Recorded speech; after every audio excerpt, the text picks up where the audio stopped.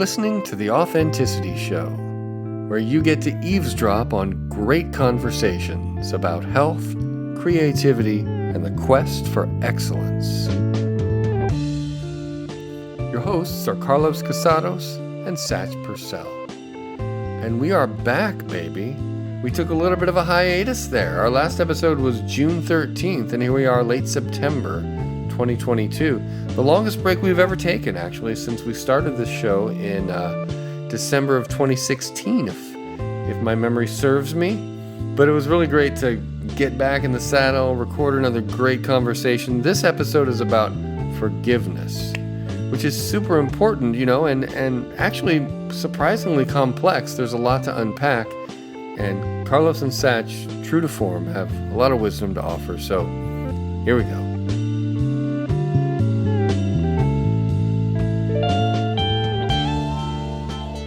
Carlos. All right. Good evening, Satch. Yeah, good evening. All right. Welcome to your home. Yeah.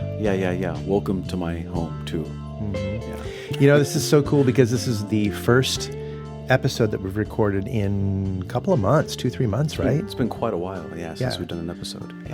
So this is kind of a big deal. I think we planned on doing this discussion for a while, but it's just been a long time since we discussed it. So yeah. I'm looking forward to getting into it today. Me too.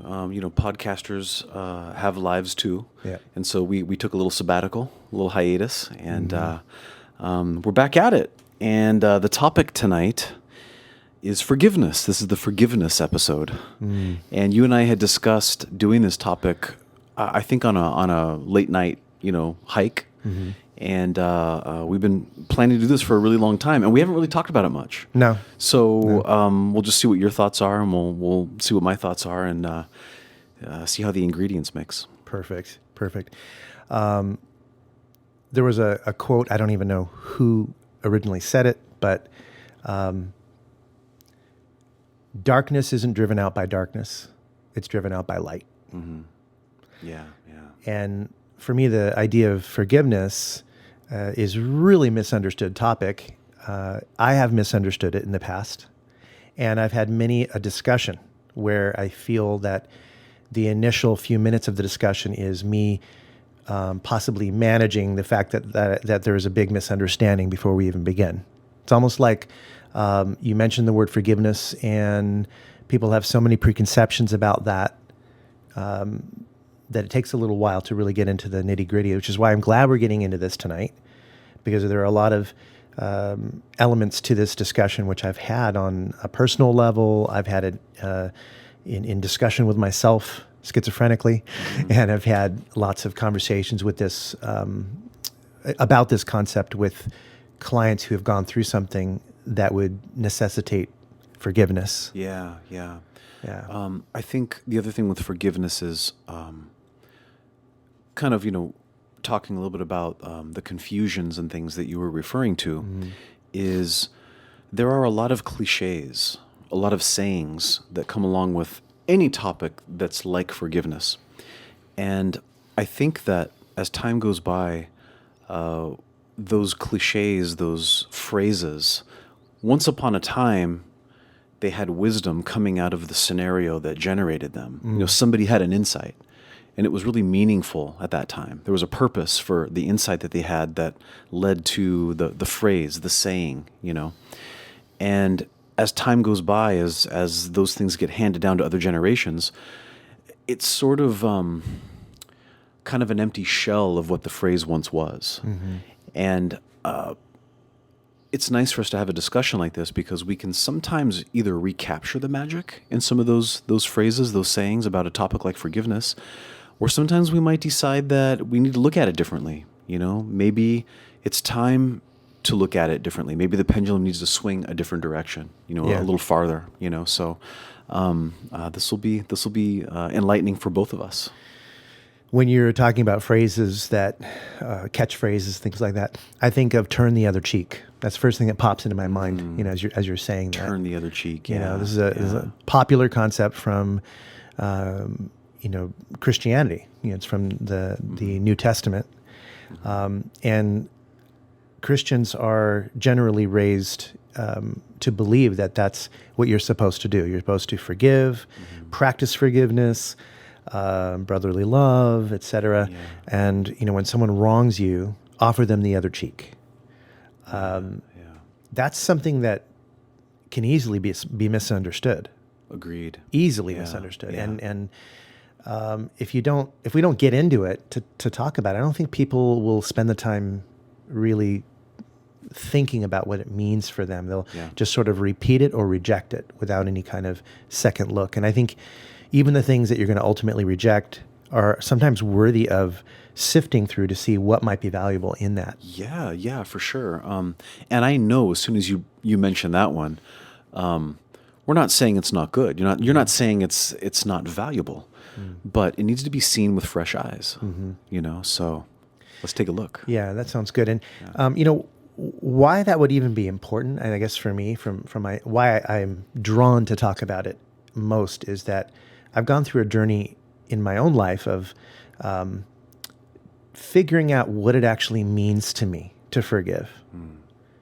I've heard it so many times, and I've heard people's stories, and I've listened to their, varying degrees of personal revelation around it.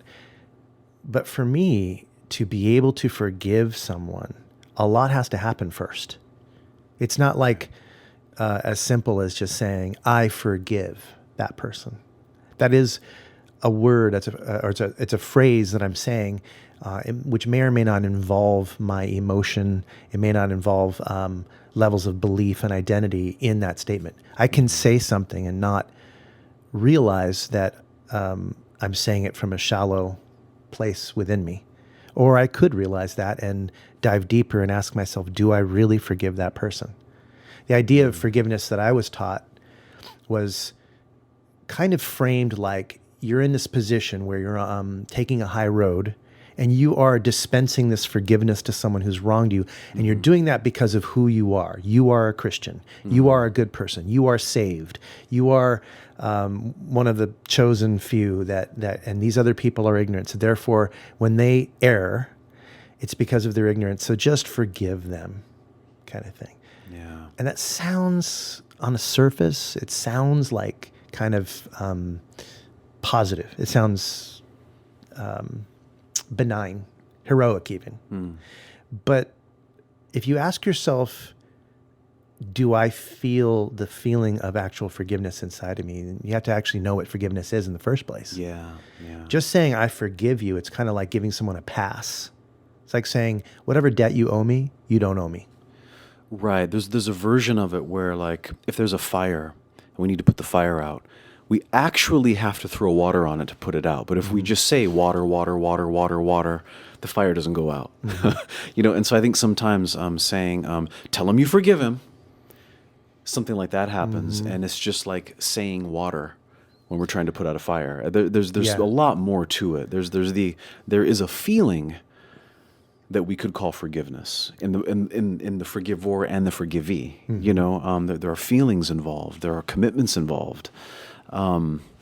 There's biochemistry, I believe, that needs to change in real forgiveness. There are neural networks that have to be rewired, and that's part of forgiveness. There's a lot to it. Otherwise, it's just a knee-jerk response to I'm sorry. Yeah, and there's really no difference between those on that level. Yeah, you said I'm sorry. I said I forgive you.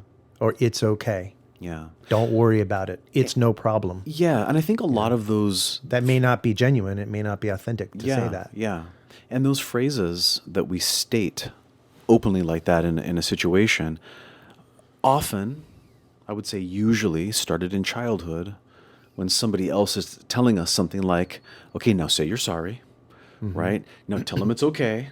When we have this conversation, and it's a script. We're using a script to teach the kids how to act out a scenario that will allow people in the society to be able to get along a little better. Well, and it may have limited success in imparting a certain kind of a social agreement, but at the end of the day, if you really look at how people hang on to their anger, how people hold grudges. I don't really notice that that having children grow up with these scripts, I don't see that really changing them in a big way. Yeah. Because they're not taught to relate with the words as they're saying it. They're just taught to mimic it. Yeah.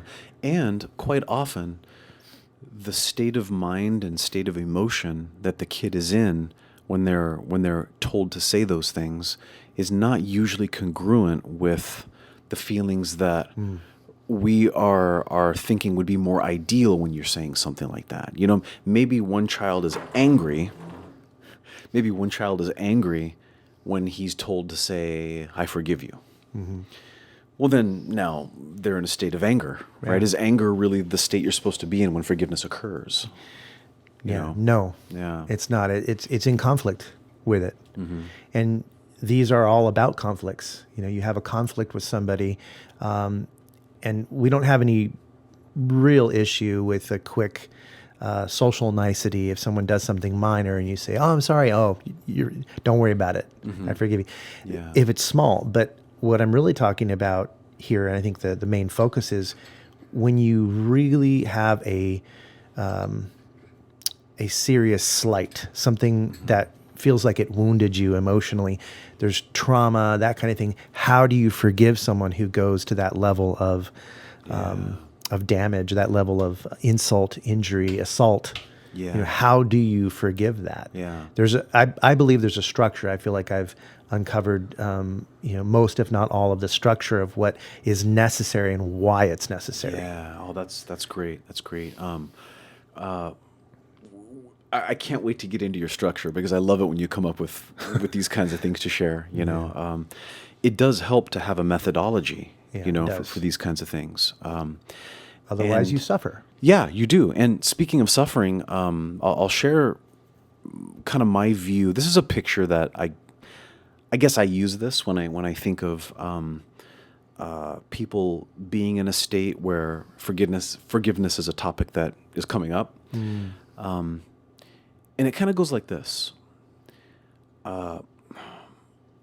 Let's not think of forgiveness for a moment. Let's think of the opposite of forgiveness.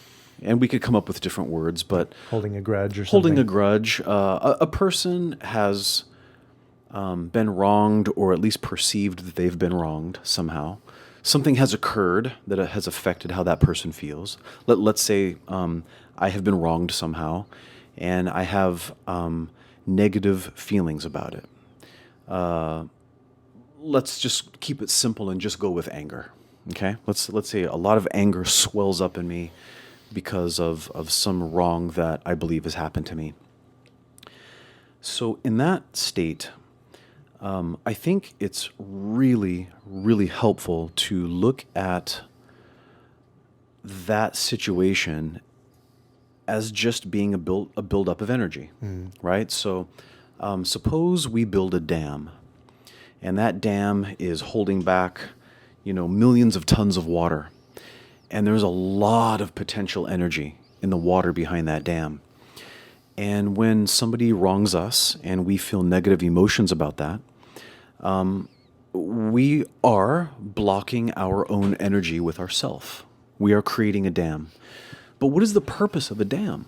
The purpose of a dam is to build up potential energy to be used. Mm-hmm. And so there has to be a purpose or a usefulness to why humans have evolved this ability to carry a grudge, even a lifetime grudge, a lifelong grudge against something or somebody or some institution, whatever it is, right? Mm-hmm.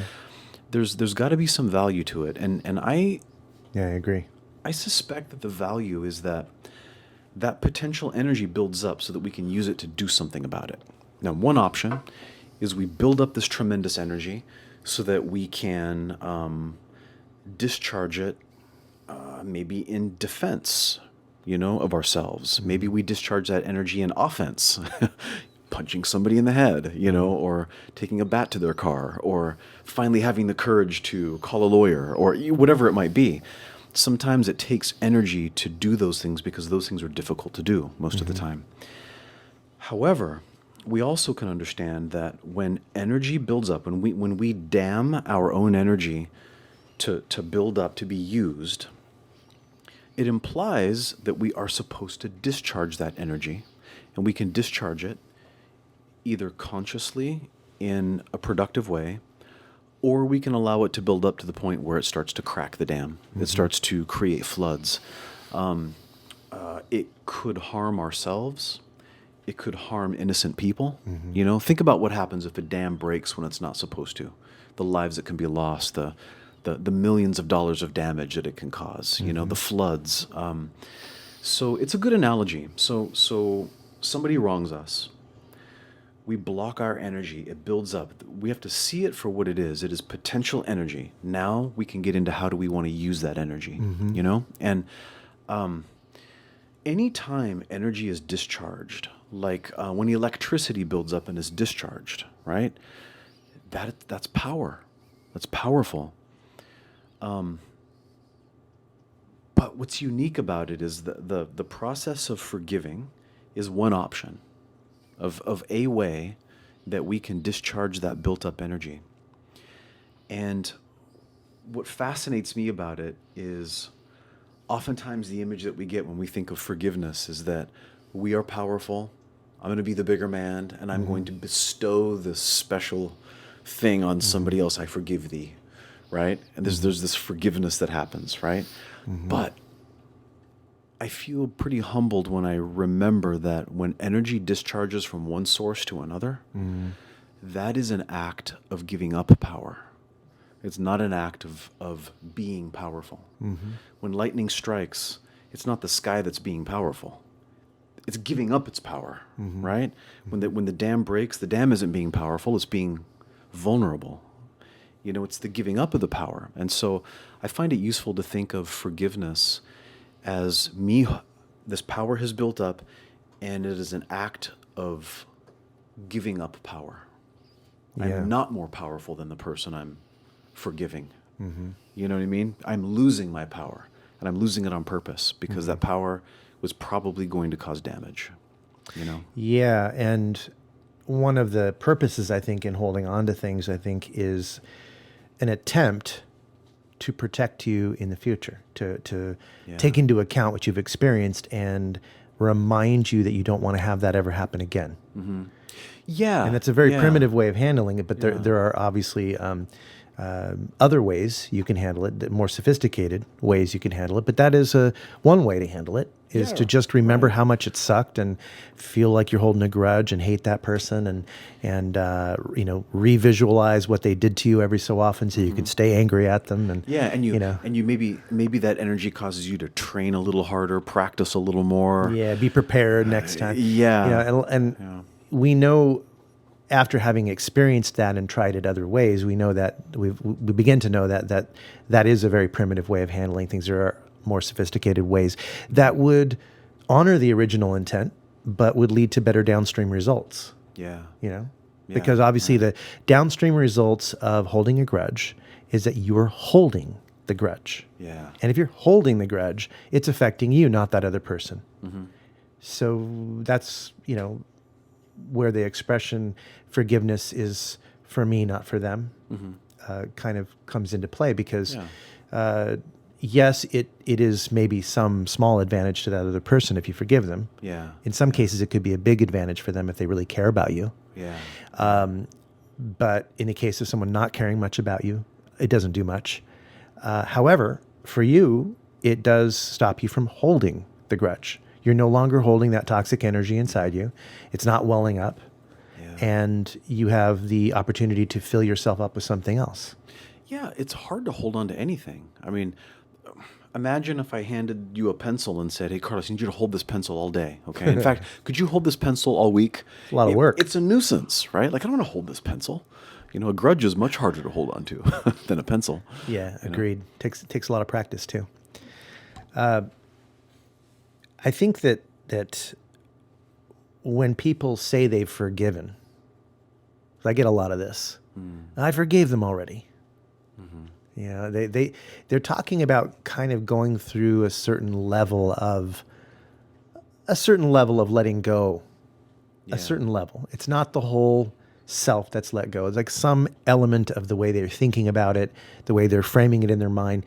They've loosened that a little bit. Yeah. And they've said the magic words, I forgive you. Yeah. But it didn't actually have a magical effect, because what we're really talking about, here on Authenticity Show is authenticity, right? Getting really to the true essence of what we're aiming for in health, creativity, and excellence, right? Yeah. In everything. So if we're trying to forgive someone, trying being the operant word there, we might say, well, I forgive you. But there may be parts of our consciousness that are fighting that. Like you may feel something in your gut or your heart or something in your muscles that resists what you just said. You could say, I forgive you. And it's maybe just dipping your toes in and seeing what the water feels like. Maybe you don't actually forgive them the first time you say, I forgive you. Maybe the 10th time you say, I forgive you. You might still not have forgiven them. Yeah, it's like stage 1 forgiveness. Yeah, but not stage 2 or stage 3 or stage 4. Trying on the idea, Yeah. But if you don't get to a level, I think this is what I think is really important with forgiveness is why would you do it? A lot of that has to do with your own mental health and your own ability to have successful relationship strategies with other human beings. Because if it's a one-off, well, then you have every reason to forgive anyway. But if it's something that's reflecting a deeper pattern, then hopefully the forgiveness doesn't set you up to have the same problem again. Mm-hmm. So if we're looking for the true forgiveness, the one we're going to talk about in this episode, it can't be the kind of forgiveness that sets you up to get hurt again. In that particular way. It's got to have installed in it a way of honoring why that offended you in the first place. Yeah. Why did you feel hurt by that? What was it about that? Yeah. So doing the real work is diving into those layers of why does that affect me so much? And who am I being that causes me to interpret things that way or have the stream of thoughts that come along with that kind of beingness, right? Yeah, there might be things that when we were young, they bothered us and maybe they required forgiveness at that time. But then maybe as an adult, we can laugh at how such things used to bother us. And there's never a need for forgiveness in those situations anymore, but maybe there was when we were children. Mm-hmm. And that's what comes to mind when I hear you say that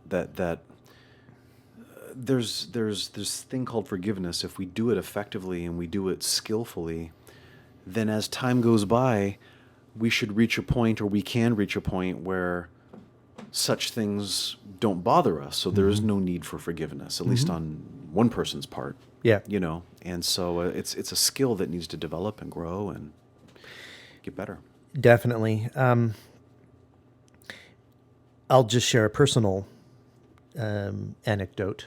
As you know, I grew up with a father who had impulse control and anger issues, and it made it difficult to feel safe at home. Mm-hmm. Even though I loved and still love my father, it was a scary situation, and that affected me. There's definitely a lot of things that I learned growing up that I wish I hadn't learned in some respects. Yeah. But now accept that I had to learn them, and I'm becoming more and more okay with that. Yeah. But just saying, like, this person who was someone I looked up to, someone I deeply loved, who was scary and who did a lot of things that were, for lack of a better word, just damaging. They were damaging things. And when I grew up, when I separated from him and I kind of went on with my life, and there was still that open loop. Mm-hmm. I never really resolved it. I didn't know that I would need to. I just moved on, continued to learn and grow and work on myself. Didn't think I would really have to. And as I got older and dove more into personal growth, methodologies and spiritual stuff and psychedelics and all those kinds of things, it caused me, of course, to reflect on my youth and what I learned growing up and my upbringing, my family and all that stuff. And sooner or later, the idea came like, oh, what would it be like if I saw my dad again? Or how will I feel about that? And that eventually led to me seeing him. You know, we had a long period of a hiatus of not seeing each other. But when I first saw him, I remember, I think I was talking to my brother at the time. I remember saying, I don't feel like I need to forgive him.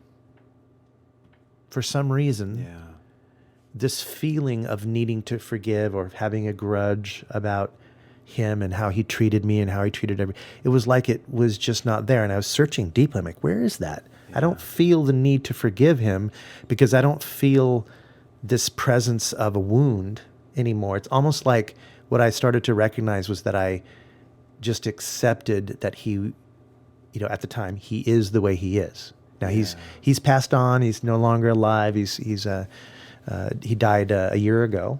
But at that time, I felt like it just wasn't necessary to forgive because I had accepted.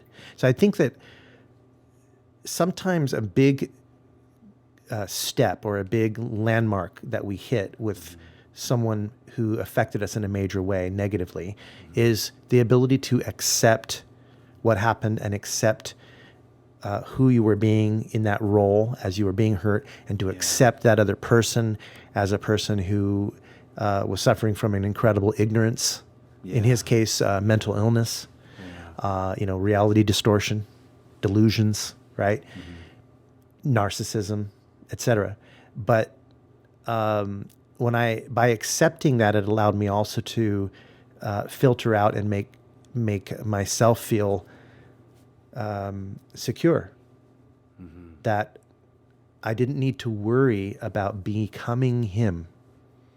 That part of my strong rejection of him was the pain and the fear of how he would behave toward me, but also the fear that if I didn't escape that, it would infect me and I would become like that.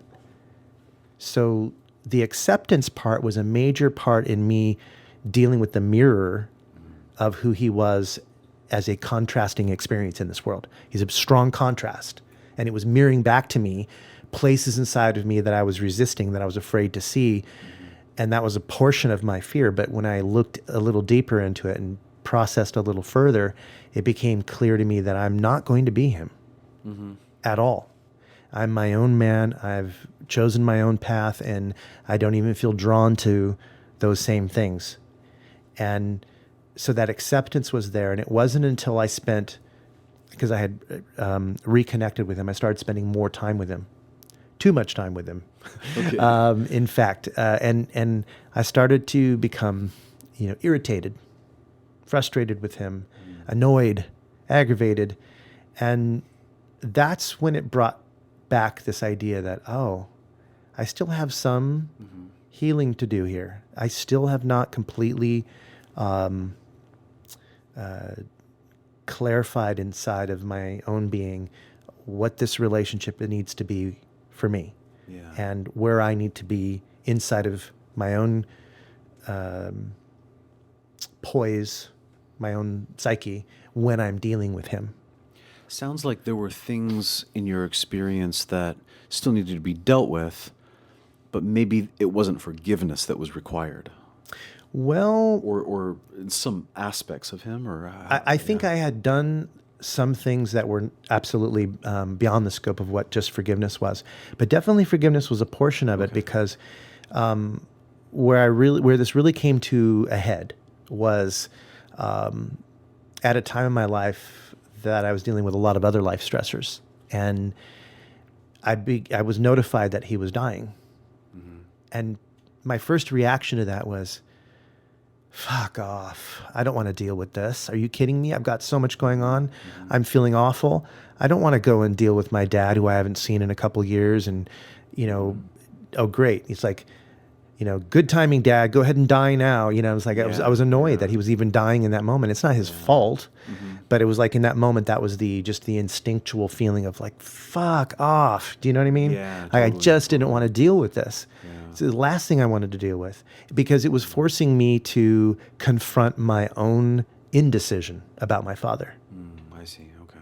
Yeah. And I had to really look into my own heart and ask myself, do you want this opportunity, this very rare opportunity to visit him before he dies, to go beyond your reach and just kind of have some kind of story in my head about how it's okay and he made his choice and I made mine, or whatever it is I want to do? I'm beyond all that. I could do that, but would that really be authentic to how I feel? In my case, no. I had to be honest with myself. I needed to deal with this. Could I have done it after he died in my own way? Sure. But in this case, you do it when you're aware of it, right?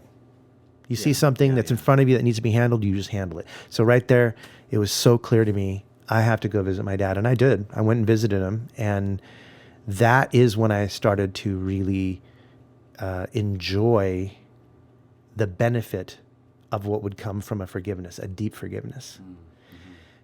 And I did that by being really, really radically honest with him. I held his hand. I looked into his eyes as best I could. He was drifting, in and out.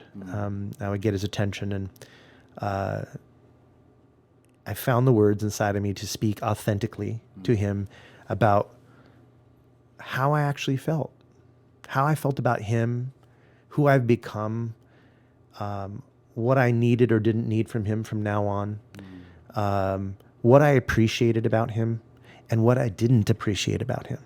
And I just told him like I had every right to say it, because I felt like I did, and I did.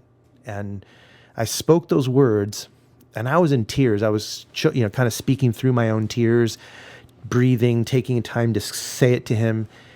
And at the end of that, I was able to just really comfortably say, I see all this religious iconography around you, and I know that what you really want is to go be with the saints. You want to go be with Jesus and Mary and all that stuff, and the angels and stuff. So why don't you just go? There's nothing here for you. Not anything that you need here. I don't need you here. I need your love, and I've already got it. You've already given it. There's nothing else I need. So go. Let go of your body. You don't need to live anymore. Stop breathing. Fall asleep. Go into the light, whatever you want to call it. Call upon Jesus. Let it guide you. That's your belief system. Go be surrounded. Go be with the people that you want to be with. No one here needs you anymore. None of your daughters, none of your sons, none of your ex-wives, none of us. So, and I was so clear about that, not to be cruel, but to be just really honest. Like, give it up, man. Stop hanging on to life. And he died the next day. So I feel like he needed to hear that. Yeah. And he did let go. And more importantly though, I let go. Like, I felt so clean after that. And as a kind of a litmus test, later on, like, a few months down the road and beyond that, when I would go for hikes, I would practice the systemic idea of reconnecting with parents, and I would just say my dad's name, and I would think about him for a moment, and I would just check to see what somatically comes up for me when I think about him. And what started to come up immediately was just a feeling of light and warmth in my heart. So I went, okay, this is a good sign. I'm not thinking trauma. I'm not thinking I wish things went differently. I'm not thinking I need to shame my dad for what he did. I'm not thinking how dare he or any of that nonsense. I'm just feeling a connection, a real rudimentary form of love, just a connection. That's something I can work with. And it has nothing to do with my physical father and everything to do with my internal representation of who my father is inside of me and what that could mean for me in my future. As I move forward, making decisions that I want to make, relating with the people I want to relate with, being a stepdad, which is going to be happening sometime soon, all those kinds of things. How can I do that if I have unresolved feelings about someone who raised me. Yeah. So I kind of want to say this because I would implore anyone who's had a difficult relationship with their parents. I would say to you, first, you have every right to be upset. You have every right to feel that you were wronged and all that stuff. But at some point, when you want to be free, there's a continuum. And if you were to continue past that point, the next point is acceptance. And letting go of the need to shame them for their actions. Yeah. You cannot forgive if you want them to feel bad. If it's important to you Right. that they feel badly and that they look at themselves as a piece of shit, if that's important to you, you have not forgiven. Yeah. That's a key symptom, It is. to know that that it's still there and it hasn't happened yet. Yeah, that conversation we had with Petalin about shame really prompted that piece, that little piece about shame. It really kind of sparked in my mind from that conversation, and it stuck with me, and I've continued to work with it ever since then. But the other thing is we don't repair those relationships with the important people in our life, like our parents, so that we can satisfy some kind of religious ideology.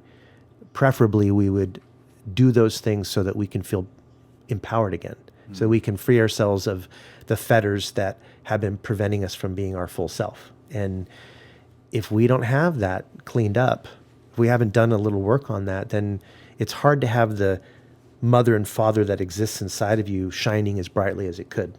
Yeah. So even if you have to reinvent the wheel, and maybe you had a really, really, really, really incredibly bad situation where you can't think of a single thing that your parents did that was positive. Because in my case, my father was pretty bad, but I do have lots of positive memories. We used to sing together. I remember playing squirt guns with him. There's a ton of things I can say that were also good. Yeah. Some people don't even have that. And it's real tricky. And in situations like that, they're dealing with really something even worse. In situations like that, if they can't find anything, then they may have to go back and reinvent it. Okay. In the sense of, if this person had an alternate timeline, Okay. in a parallel reality, they were exactly the same except in a parallel reality. And they didn't have the psychological damage that caused them to be the person that they are. And they had you as a child. Then, how would they treat you? Yeah. Would they I like then that. see you, Yeah. feel you, hear you? Would they then cultivate closeness with you? Would they then be affectionate with you? Would they then be supportive of you? And if that were the case and you were raised that way, what would you be feeling right now? Because that's your birthright. That's what you're capable of connecting to when you do the work is what if? Yeah. Yeah. And that can be a parallel timeline to the one where you see yourself living this impoverished, damaged, life. And you can say, well, shit, I've got a parallel world where I've got the negative on one side, I've got a really beautiful possibility on the other. If I feed this parallel timeline where I've had something good happen, it's all the same except you're taking away the damage. You're just taking away the deviant moments that causes the deviations in the way people treat you. Because remember, hurt people. That's an important saying. So Right. if your parents treat you that way and were absolute psychopaths with you, why is that? Do you think it brings them joy? Probably not. Yeah. Right. It's sickness. It's an intrusion upon their psyche that caused that, and they were unable to expel the foreign body from their psyche. Yeah. That metaphor that got inside their head and had babies, demon babies, and caused a massive infection in their psyche, making them incapable of behaving like the wonderful person they could have been. Do you know what I mean? Yeah. Totally.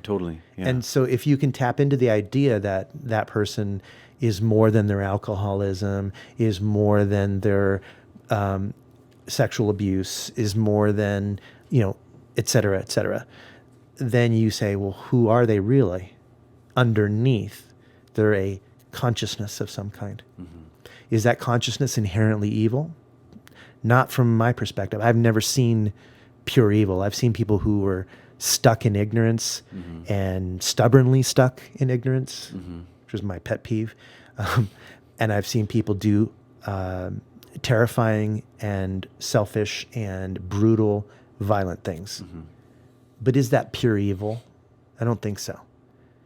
Maybe in the sense that they have become vessels for these foreign bodies. Call them metaphors, call them demons, whatever you want to call them. Bad ideas, but they're vessels for that. But are they deep down in their soul, in their deep consciousness, evil? I don't think so. Yeah. I agree with you. I really do. I agree with you. And I think there's something interesting.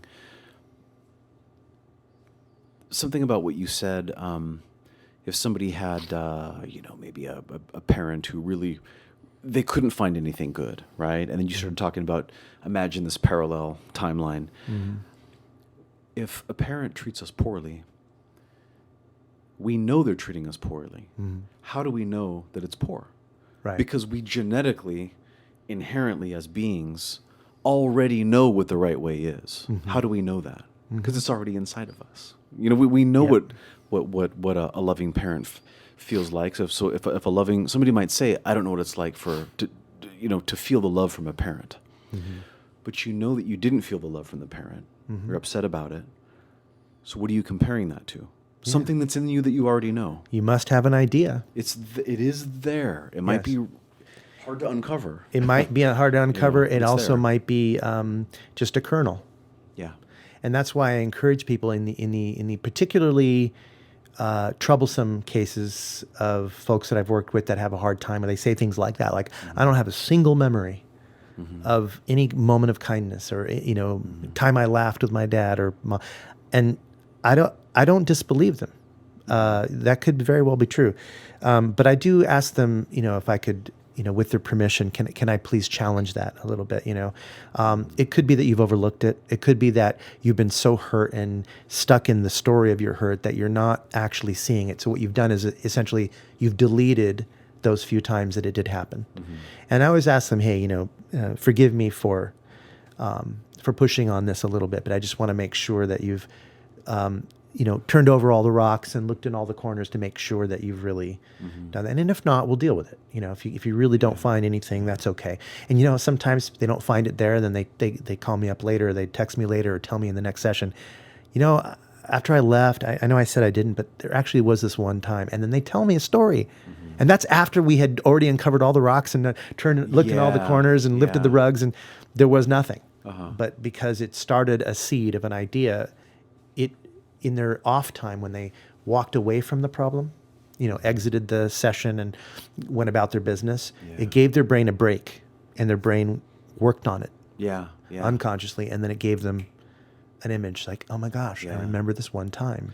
So it happens a lot. Definitely. Sometimes, I could see somebody having a session like that, and you don't get anywhere with that exercise in that moment. Then they go to sleep, and then their subconscious and their brain is working on it in their sleep because it's there. And this is interesting.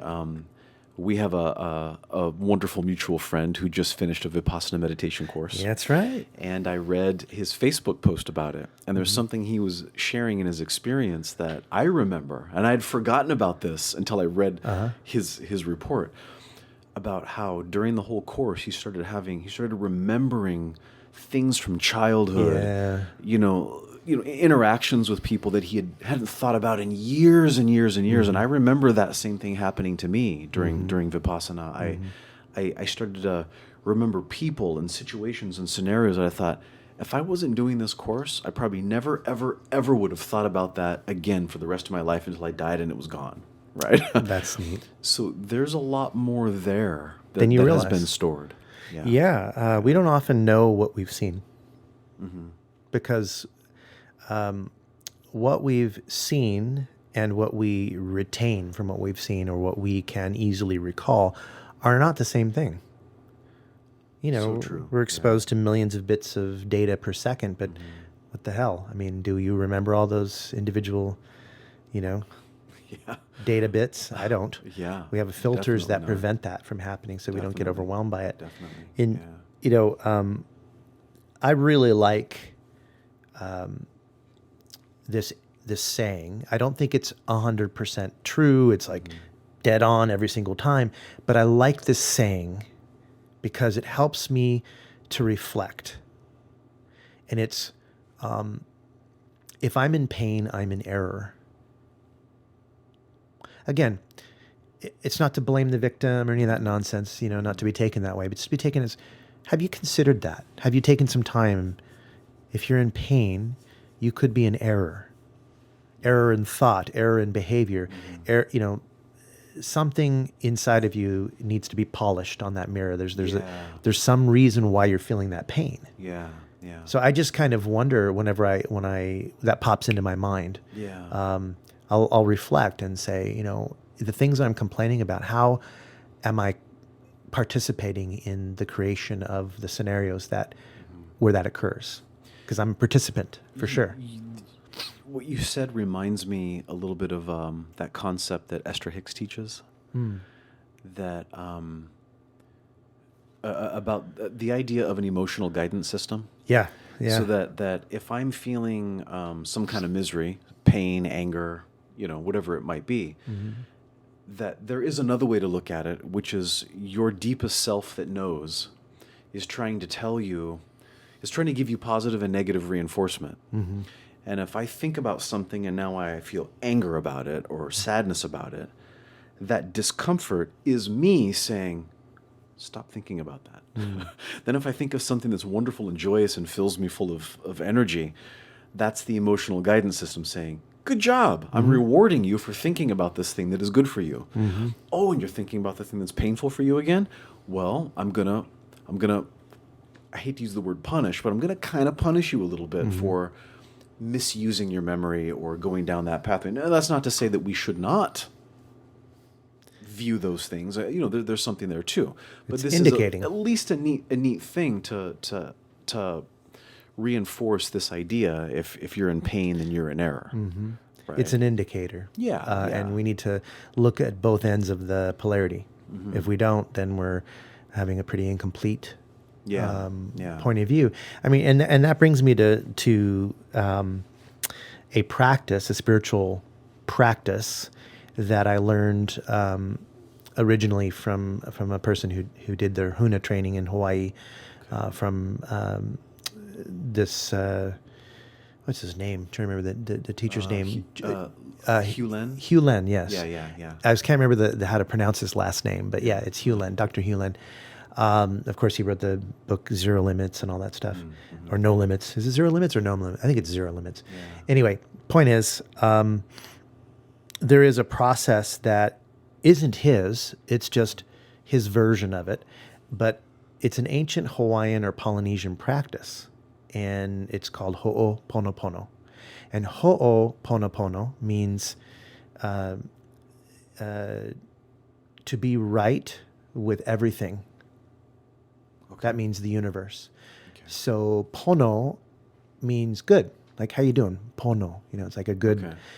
And ho'o is everything.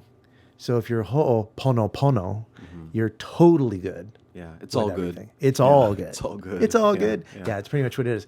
And how you become totally good with everything, according to this tradition, is that you have to remove the things that are blocking your unlimited potential from flowing.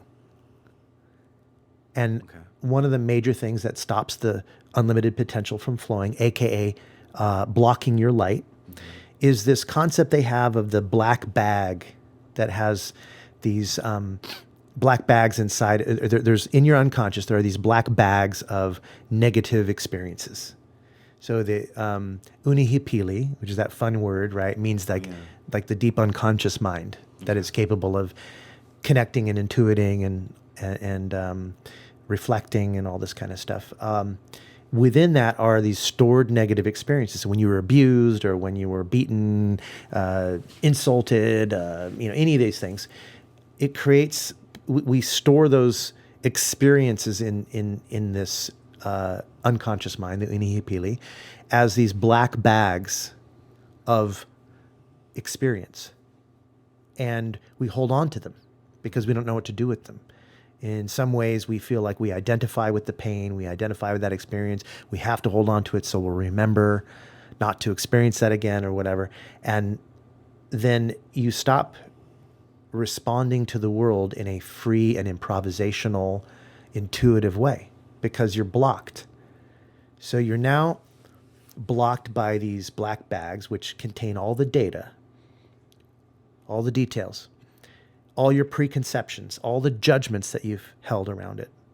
And until you release those black bags, you're not free to respond in the most natural way that you could. And this idea of being able to respond as in the natural way with your true nature is common in Taoism, and even to some degree if you go into Buddhism, idea that this true nature inside, right? Sure. And same in the Hawaiian practice, that we have zero limits. We got to get back to that 0 point. How do we do that? So this practice of Ho'oponopono involves 4 major steps.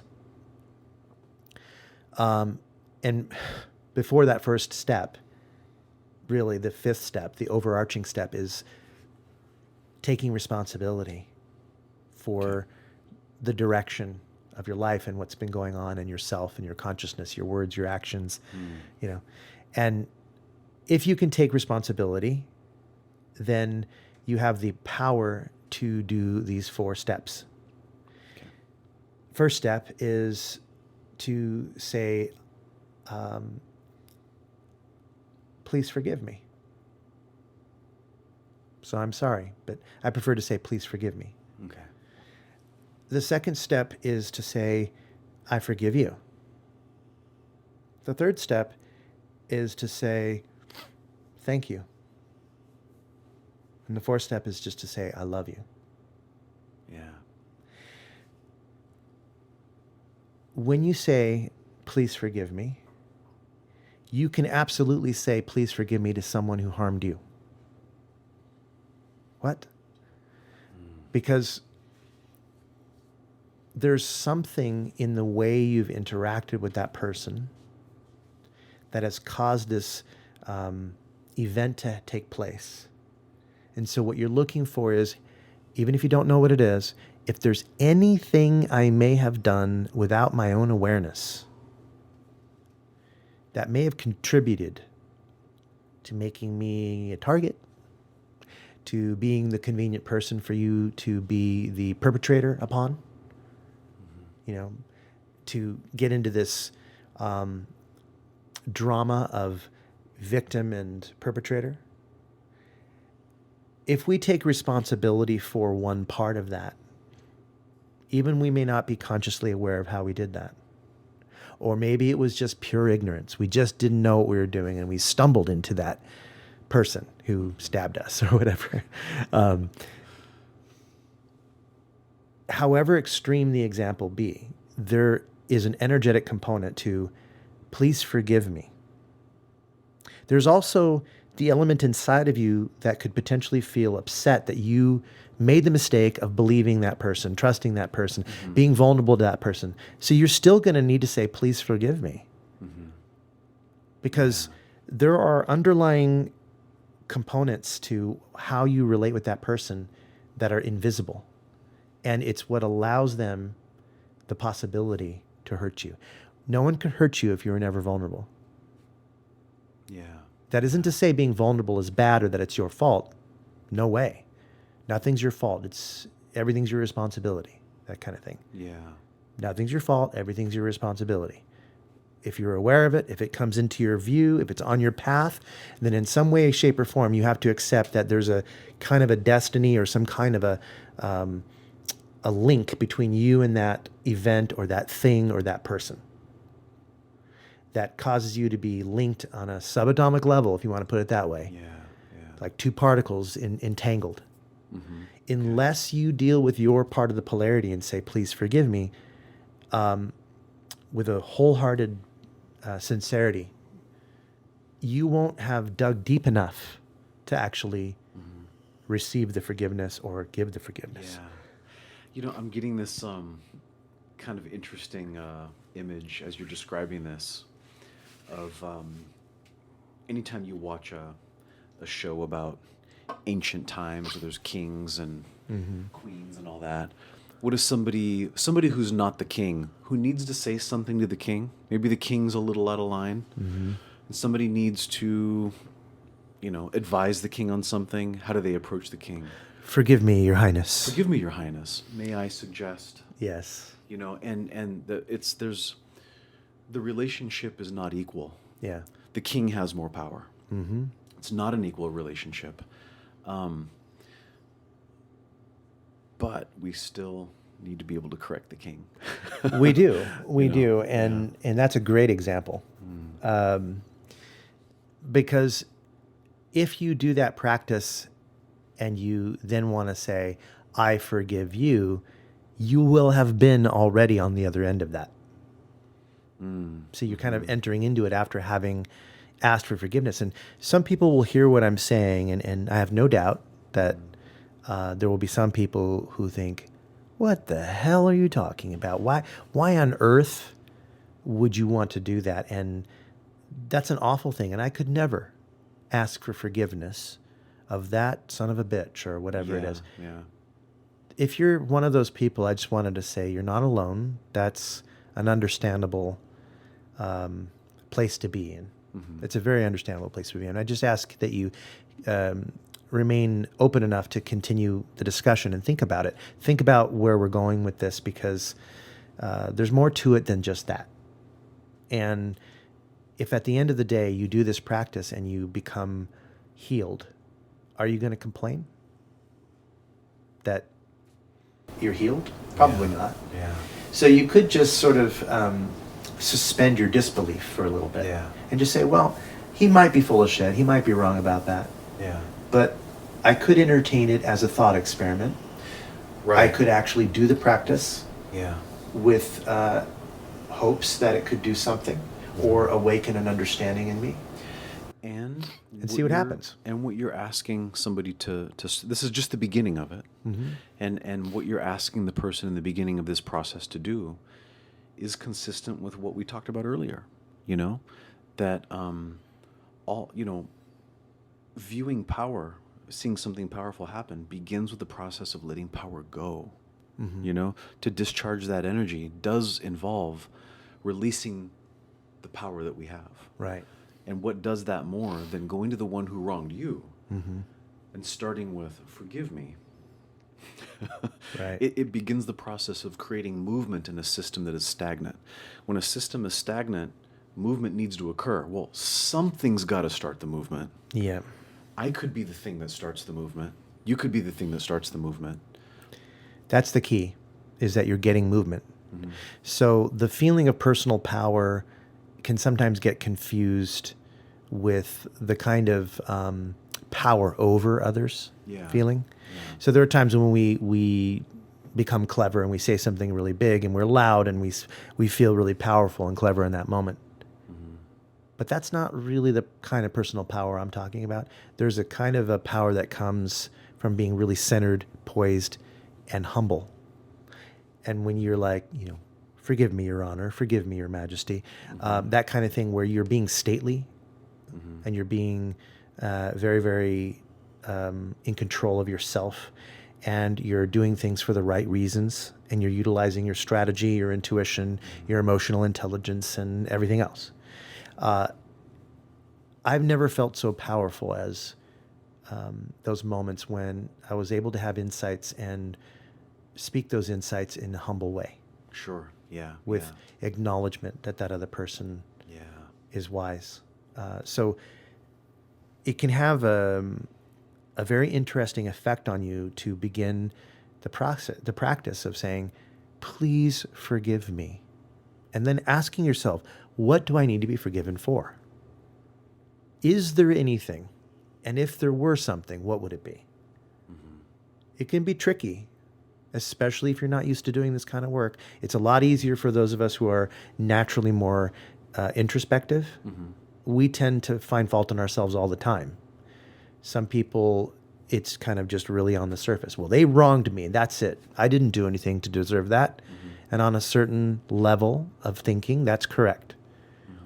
But we're talking about deep forgiveness, which is to release trauma, to release stuff that's been stuck and is probably shaping the way you experience a lot of other things in your life, not just that situation. It may be affecting your relationships. It might be affecting your physical health, pain, sickness, weakness, the way that you engage in romantic relationships, the way you engage with your family, it all is affected by that. So the practice itself can only really be proven through your practice. I can talk about it, but until you've done it a few times and actually experimented with the practice and worked out the nuances for yourself, adjusting it so it fits you, diving into the experience with more feeling, wash, rinse, repeat. That's when someone gets a tangible sense of whether Ho'oponopono is valuable or not. I've seen miracles, and I've seen not things below miracles where it was just like really impressive results. Sure. We started this episode off talking about, I mentioned cliches. And there's the old cliche, all forgiveness is self-forgiveness. This is what we're talking about. This is a deeper, wiser way to take that phrase that has been thrown around and put a practice to it. So when we start to say, well, how could I forgive him for what he did or what she did? Or, we say, well, if all forgiveness is self-forgiveness, this is how you can actually do that. This is it. And you've shared this with me before. I've done this, and there's something deeply peaceful and satisfying about it. Definitely. When you get to the point where you are saying thank you, the thank you doesn't have to be thank you for hurting me. I mean, the thank you can be thank you for showing me elements of myself that I needed to address. Thank you for showing me that I needed to be stronger. Thank you for giving me something that would irritate my being so much that I would have to do some deep work on it. Thank you for being here in my psyche, doing this healing with me. Thank you for anything in the past that you enjoyed with that person. Thank you for being in my life. Thank you for being a great teacher. Thank you. There are other things you can thank that person for. Now I say person, but of course you can do Ho'oponopono on inanimate objects. You can do Ho'oponopono on circumstances.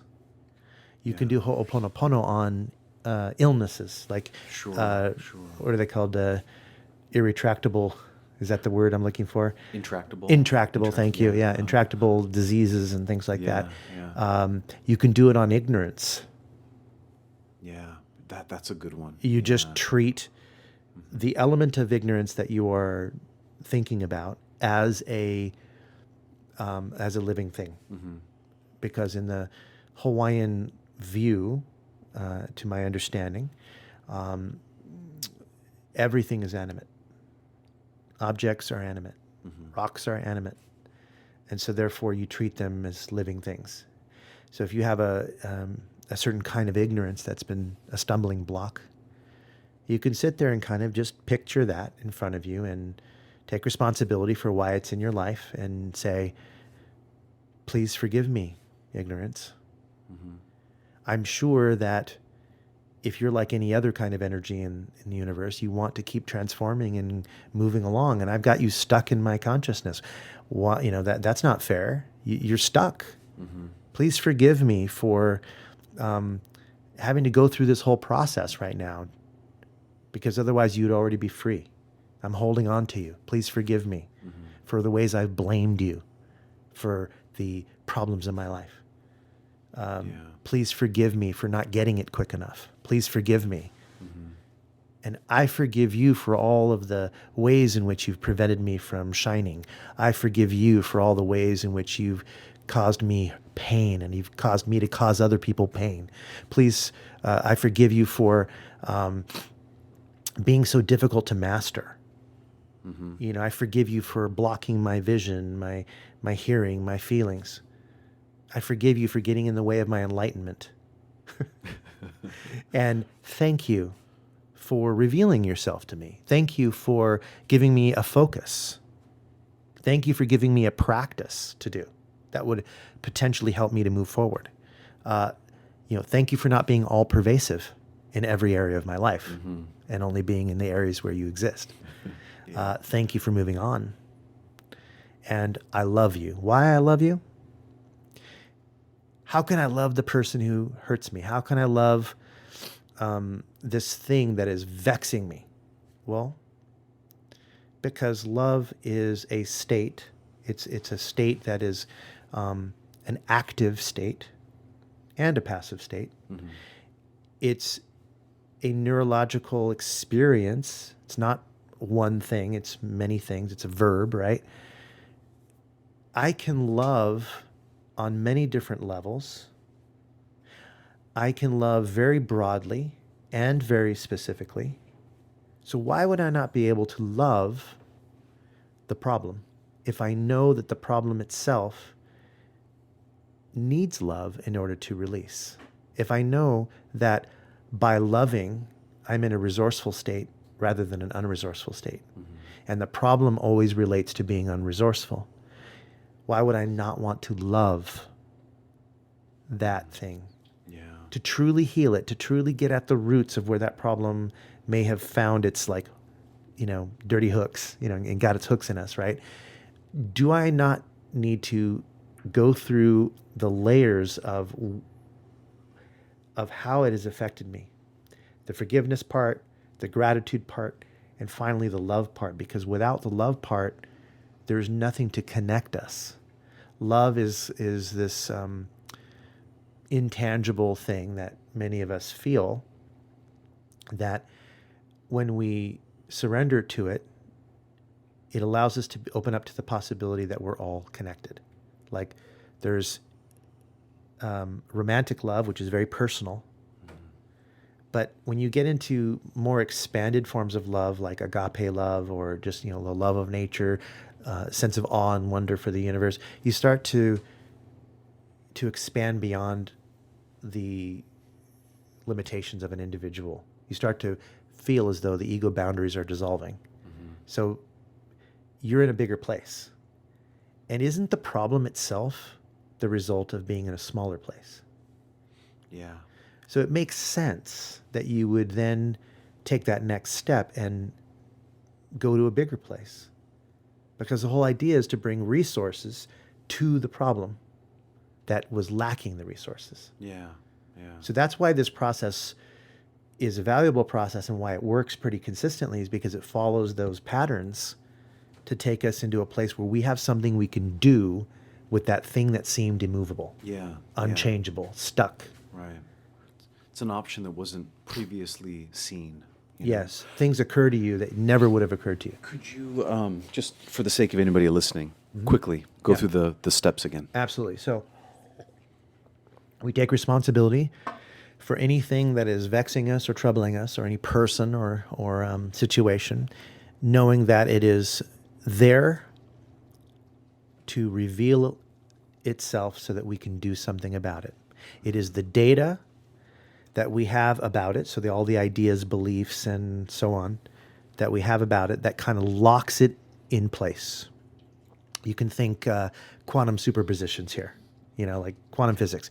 You've got an idea of something. As soon as you start looking for that particular thing, it sort of limits that thing so that it can't change. So that's the precondition. The practice itself is, please forgive me. I forgive you. Thank you. I love you. And you repeat that as a mantra over and over again, perhaps slowly at first so that you can think of all the things that fit in each category. And then after a while, you just sort of kind of weave it like a mantra, just kind of keep saying, please forgive me, I forgive you, thank you, I love you. Please forgive me, I forgive you, thank you, I love you. Please forgive me, I forgive you, thank you, I love you. After a while, your conscious mind will drift away from the problem itself, and you'll just be repeating the words and feeling into the words, and the rhythm of it will start to get you into a cyclical form of thought loop. Okay, I experience that on an energetic level because I'm using the energetic description. I feel hot. I feel floaty. I feel as though a vibrational frequency is starting to vibrate within my aura. Now, that's my experience. Yeah. I'm not saying everyone will experience it that way, but that's how I experience it. And then I start to feel like I'm getting a translucent image of myself in relation to the problem. And those things beginning to merge, kind of like crossing into one another. And that's a metaphor perhaps, but that's how I experience it. Yeah, sure. The more I get into that, and if you do this on a regular basis, you start to realize that you can just keep repeating that phrase all day long, and your unconscious knows what you need. It knows that you want to feel freer, healthier, etc. So just repeating that phrase over and over and over and over again all throughout the day, even if you're not sure what you're saying it for. Yeah. As long as you've begun the momentum in the direction of knowing what you're doing it for. Yeah. There will be times when your mind slides away from knowing why it's doing it. But what I would say is it hasn't lost its value at that point if you've already started a momentum going in that direction, because your unconscious mind it was already there when you did it, so it knows to kind of keep it going. Yeah. Which is why you can do it as you're drifting into sleep and when you wake up in the morning and all throughout the day. I've seen, some videos of Hugh Len doing this, and one of the things I've always loved watching him do it, when he does it himself, is how unbelievably sincere he is when he does it. Yeah. Please forgive me. Yeah. Yeah. I forgive you. He's like, he has all this you're rooting for him, You're rooting for yourself when you see him do it. Yeah. And it brings up the idea that, and let's just be clear, like, this is a practice you could do with anything external to you. And this is a practice you do with yourself, right? Like you described, maybe if somebody has an illness, you are saying this to yourself, your own body. Yep. Please forgive me, body. And so this is it's a self practice and it's a practice with others, right? It's both. And with this concept of forgiveness, how speaking of cliches, we say it's easy to forgive others, it's hard to forgive ourselves. Yeah. Right. And there's the superficial level of that. Now, if a person were to just quickly scan their life, looking for whatever pops up on your timeline for something that might be an opportunity for forgiveness, right? If you scan starting from your childhood, just loosely in a forward direction to where you're at now, some things are probably going to pop up. Yeah. And if you were to take one of those things, and let's just, for the sake of this demonstration, assume that the topic of forgiveness is about another, right? Okay. It can, if you were to take a moment and imagine yourself going through a process of forgiveness with another, and you just watch yourself do it. I mean, somebody could even close their eyes and just do this very superficially. Imagine you going through a process of offering forgiveness to another who has wronged you. Go through that process and notice how it feels inside. Then if you were to think of a time when maybe you were the one who hurt somebody else, take something that you actually genuinely feel a little bad about. You have a grudge against yourself for something you did or something maybe you failed to do, whatever it might be in life. And just take a moment and do the same process and imagine forgiving yourself. Compare the two feelings. Compare the feeling of forgiving another, and then compare that to the feeling you get when you're trying to forgive yourself over something you feel bad about. For me, it feels different. It does feel different for me too. It feels real different, and it's a difference that really gives some truth to that saying. It's easier to forgive others than to forgive ourselves. Yeah. And that's where I think a technique like this one that you shared here in this episode, this is where it's really powerful. Yeah, definitely. Because I'm even talking, I'm not even thinking of an incident. I'm just already talking about the topic of forgiving myself. And I'm already feeling very different. It feels much heavier. It feels much thicker. It can be hard for some of us to really forgive ourselves. It really can. Definitely. This is a loving way to do it. It's a loving way to do it, and I would encourage people to think a little outside the box with this. Already the topic is outside the box, but go even further. For example, I'm having trouble forgiving myself. Can I be forgiven for that? Yeah. That kind of thing. Sure. Yeah. So if you're doing work on something and you feel like you've gotten one level of it, look for another level. Look for another level, because the miraculous things I've seen by doing this wasn't by just going through the motions and doing it once. It was by going into those other levels. What feeds into that idea? So if let me just kind of give you a little bit of a cross section into my mind for a second. If I'm thinking right now, I would like to forgive myself, or let's say, let me pick something. Okay, my knee. Okay. I want to do this practice of forgiveness to see if it'll help my knee to heal. Okay, so then I'll start off by taking responsibility and recognizing that I've got a lot of ideas about it. That's the data. Let's see if I can clear that data so that I can be free to have a spontaneous thing happen that could be beneficial. It's not my job to direct it too much, because what we really want to do is just unlock our potential and then allow it to do what it needs to do. That's really what this practice is about. So let me just see if I can facilitate that. So I might be speaking to my knee, and I say, please forgive me, knee.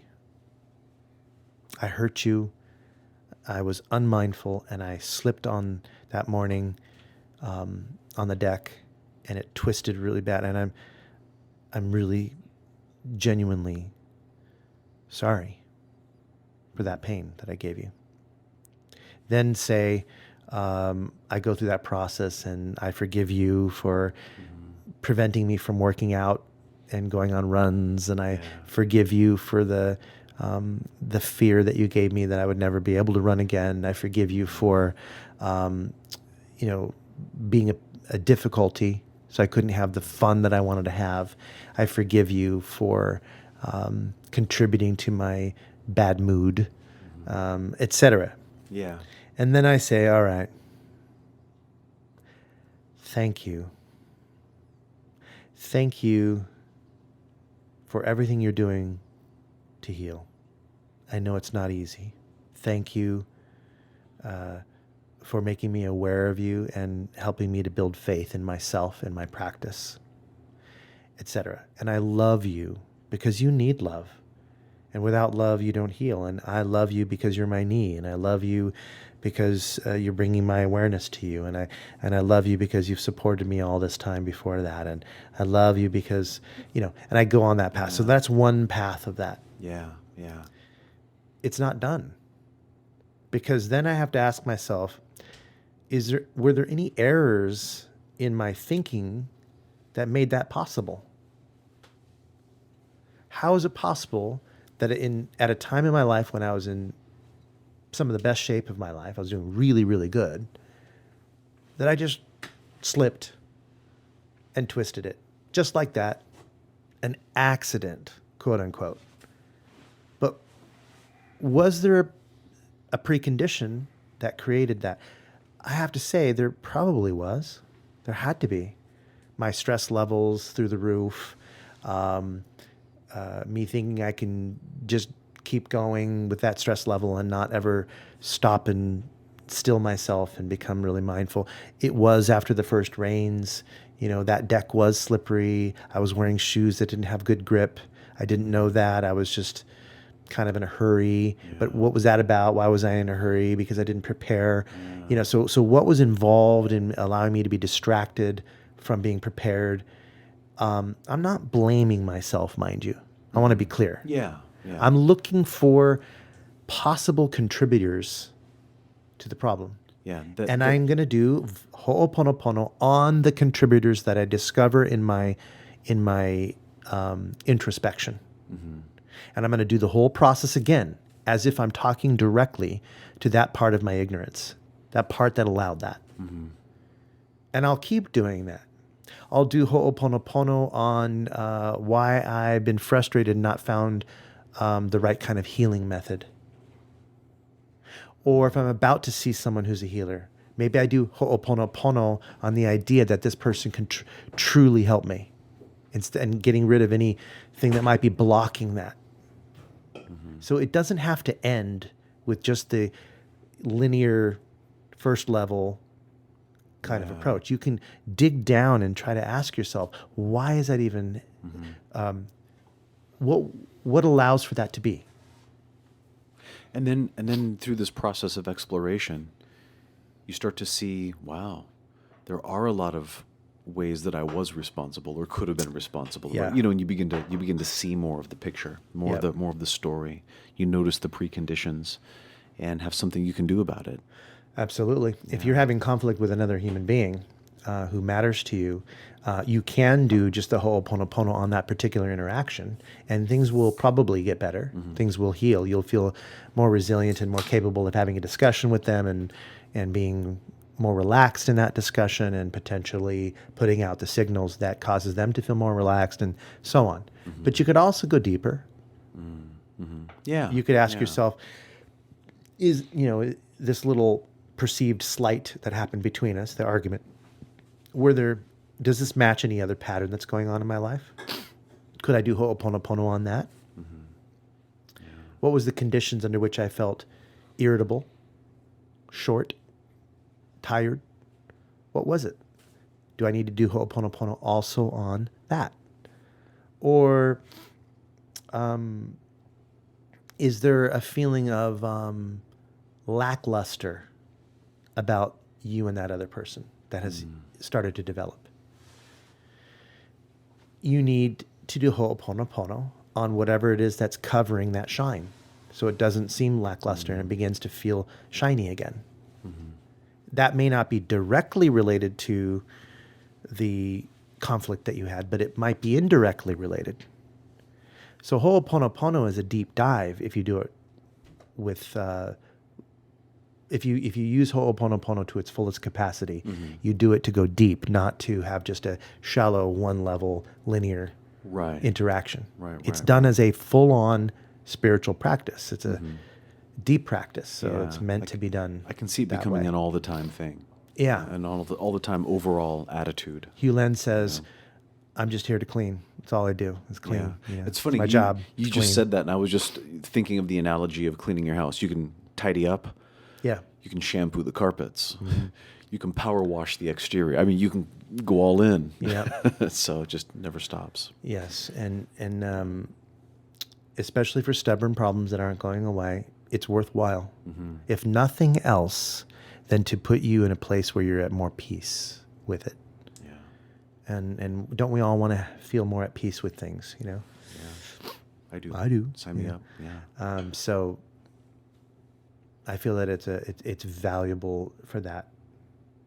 There's a technique that Healing teaches as well that I think is pretty helpful. It's adjacent to this. It kind of helps with this. And it involves a kind of a hypnotic deep relaxation and a kind of a calling out of your inner child essence. So you kind of think of yourself as a 5 or 6 year old. You go into that trance and you kind of envision yourself and you just feel that sweetness as you would if a small 5-year-old came up to you and started talking to you, that same kind of cuteness that you feel, right? And you try to look at that version of you as cute and sweet, and you approach it with permission. You ask for permission. May I approach you? You make eye contact if possible, and would it be okay if I held your hand, or may I sit next to you and I want to talk to you? And assuming there's an okay with that, you sit and have a conversation with your inner child, and you begin by doing the Ho'oponopono process with them by saying, "Please forgive me for not being there for you all the time, for suppressing you, for not acknowledging your brilliance, for being embarrassed and ashamed of you sometimes, for not protecting you when you needed it, and anything else." And boy, people start doing this, they cry. Oh yeah, a lot when they do this. And then you forgive them for not having the answers, not knowing what to do sometimes, interrupting you when you need to get shit done, etc. And then it ends with love, right? Because gratefulness and love. And then when you feel, if you wait until you get the signal that the image you're looking at of you has truly forgiven you. Okay. So you kind of wait for some kind of an internal signal that, okay, I feel forgiven right now. You move on to the next step. Okay. First, you're asking for forgiveness. You wait for them to say, kind of like acknowledge that you have been forgiven. Then you forgive them, and you wait for that feeling inside of, okay, I really, truly have forgiven them. And then you move on to each stage like that. You wait for an internal signal. Once you get there, you ask if you can embrace them. May I hug you? And you do that. You hold them, and you just hold them against your heart, and you do your best to really feel that feeling of heart connection. And you promise, you make a promise. You say, I promise you, I give you my word that I will never abandon you, that I'll always be by your side, that I'll always protect you, I'll always listen to you, and that you will be able to be a participant in my life, an active participant in my decisions and in my life, my joys that I celebrate with you. And I would just like to have a deep relationship with you, a deep connection with you. And would you please help me by repeating the mantra? Even when I'm mentally distracted and busy with other things, would you please continue this all day, all night, in every area that I need it, so that our lives can become better, more abundant, healthier? Can we work together, please? And that's what you do. And then, of course, you come out of that visualization or whatever, and it's like you've built a metaphor bridge, to the idea that you're kind of accepting a deep level of programming inside of you that says, I'm going to be doing Ho'oponopono even if I'm not consciously aware of it. Yeah. I love it. It's a beautiful, elegant strategy to deal with energies that are very, very powerful and potentially destructive. Yeah. And also powerful and potentially incredibly healing. And to enlist more of you in the process. Yeah. Because we all know you can half-heartedly say things, and that's not enlisting all of you. And then you can really get sincere about it, and that's getting more of you. Yeah. But imagine getting your unconscious mind represented to you as a little boy or a little girl who's decided to take it on as a practice. Yeah. and repeat it over and over and over It's again. a little more powerful than, all right, yeah, I forgive you. Yeah. A lot more powerful. Yeah. Yeah. Gosh. Well, I think we did a good deep dive. I think we did. Yeah, I think we've uncovered some good, powerful stuff. So, all right. I forgive you, Satch. I had a feeling you were going to say that. Will Yeah. you forgive me? I forgive you. And you know, Carlos, thank you. Thank you, Satch. And I love you. I love you, man. Yeah.